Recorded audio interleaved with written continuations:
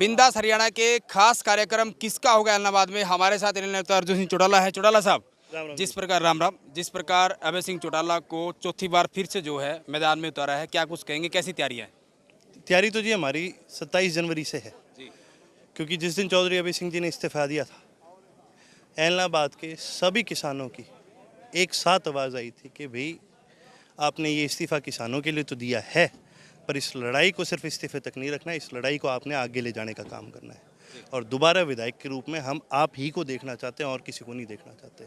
और आज इस फैसले पर ऐलनाबाद की जनता ने मोहर लगाने का काम कर दिया। तो तैयारी तो जी हमारी पहले दिन से पूरी तरह से थी। अब तो इस चुनाव को हम लड़ने का काम करेंगे।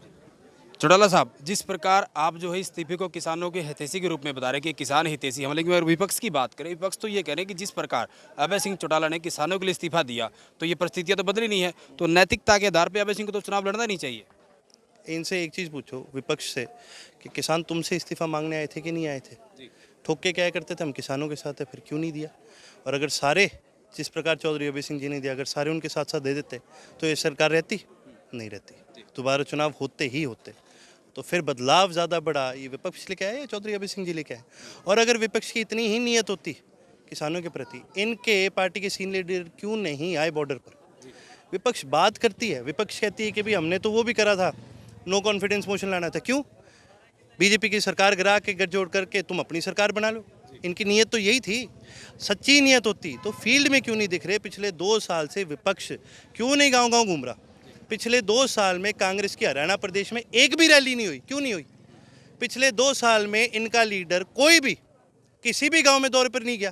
काहे का विपक्ष है ये? है नाम का विपक्ष है ये। तो लोगों को भारतीय जनता पार्टी को हराना था, मजबूरी में लोगों ने कांग्रेस को वोट दे दिया। ये विपक्ष का एक इनके पार्टी में एक ऐसा नेता नहीं होगा जिसने विपक्ष का रोल पूरी तरह से अदा करने का काम करे। ये क्या बात करने वाले लोग हैं? वहीं चौटाला साहब, अगर हम सिरसा की बात करें या फिर खासकर ऐलनाबाद की, तो देवलाल परिवार का गढ़ माना जाता रहा, लेकिन वहीं गठबंधन के नेताओं की तरफ से बार बार बयान दिया जाता रहा कि हमने बड़े से बड़े गढ़ को जो तोड़ने का काम किया और इस बार जो है ऐलनाबाद में पहली बार हम जीत हासिल करेंगे। इनके ना सर्वे मोदी जी भी इस गढ़ को नहीं तोड़ पाए, तो इनको अजमाने दो जितना इनमें जोर है।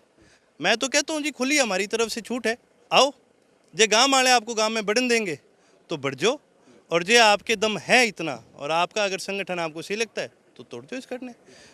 लेकिन गठबंधन के लोग तो ये भी कह रहे हैं कि जिस प्रकार प्रधानमंत्री नरेंद्र मोदी और हरियाणा सरकार जिस तरीके से विकास कार्य कर रही है, इनकी परियोजनाएं हैं, उनके नाम पर हमें वोट मिलेगा। नरेंद्र मोदी के नाम पे वोट मिलेगा? तो नरेंद्र मोदी तो आए थे 2 साल पहले, ऐलनाबाद ही आए थे, मांग के गए थे वोट, के होया? कोई नहीं देता जी उनके नाम पर वोट। और क्योंकि सबको पता है नरेंद्र मोदी से तो बड़ा झूठा इस प्रदेश में, क्या देश में ही नहीं है। जितनी गप्पे ये सरकावे हैं एक दिन में, उतना तो कोई नहीं सरकाता। लोग तो आज के दिन, आप बता दो जी, आपने तो मीडिया में कवरेज करा होगा, जब भी शाम को कभी ऐलान होता है 8 बजे मोदी जी बोलेंगे, अब तो लोग माथा पकड़ के कहें यार बंद कर दो, इसने पता नहीं क्या और कर देगा। यो तो टूम है इस देश की सबसे बड़ी। क्या नहीं बेचा इसने देश के अंदर? बिजली से ले गए पानी तक, ज़मीन तक, खेत तक, रेल तक, प्लेन, क्या ऐसी चीज़ है जो इसने बेचने भी नहीं लगाया? वही हम मुख्य विपक्षी पार्टी की बात करें कांग्रेस की, वो लगातार ये दावा करें कि जिस प्रकार बड़ौदा में हमने बाई इलेक्शन जीता, इसी प्रकार ऐलनाबाद के उपचुनाव को भी जीतेंगे। देखिए जी, बड़ौदा की परिस्थिति अलग थी, तब तक किसान आंदोलन नहीं आया था, तब तक लोगों को कहीं ना कहीं भाई उस पार्टी के साथ कोई उम्मीद थी। वो परिस्थिति यहाँ पर नहीं है। यहाँ का चुनाव जो है किसानों का चुनाव है, और किसानों के लिए सबसे ज़्यादा अगर इस इलाके में हरियाणा में किसी ने करा है तो वो चौधरी अभय सिंह जी ने करा है। जी, वहीं अर्जुन जी, लगातार जो है किसानों का मुद्दा लगातार चल रहा है, और वहीं जिस प्रकार गठबंधन के नेता आ रहे हैं, जैसे उनकी मीटिंग भी थी यहाँ पे, तो लगातार उनका किसान विरोध भी कर रहे हैं, लेकिन उनकी तरफ से जब मीडिया के लोग बातचीत करते हैं तो वो लोग कहते हैं कि विपक्ष के जो लोग हैं वो हमारा विरोध करा रहे जानबूझकर। तो विपक्ष लोग हर जगह विरोध करा रहे हैं। विपक्ष में इतनी ताकत होती इतना विरोध कराने की, विपक्ष में इतनी ताकत होती कि 10 लाख लोग बॉर्डर पे बिठा दिए तो विपक्ष ही ना नहीं जीत जाता चुनाव। आप मेरे को बताओ, अगर विपक्ष इतना तगड़ा होता तो विपक्ष चुनाव ना जीत जाता? तो ये तो बकवास वाली बातें हैं। इनको तो घर बैठे तो गालियाँ पड़ेंगी और ये घर से बाहर निकले तो गालियाँ पड़ेगी। फैसला इनका है, इन्होंने गालियाँ खानी कहाँ पर है। अंतिम सवाल, जिस प्रकार अभय सिंह चौटाला ने, वो देश के इकलौते ऐसे विधायक हैं जिन्होंने किसानों के समर्थन में इस्तीफा दिया था क्योंकि ये किसानों की मांगें अब तक पूरी नहीं हुई है, वहीं आप ऐलनाबाद की जनता से, ऐलनाबाद के किसानों से, सभी के, क्योंकि ग्रामीण इलाका है, क्या उम्मीद रखते हैं?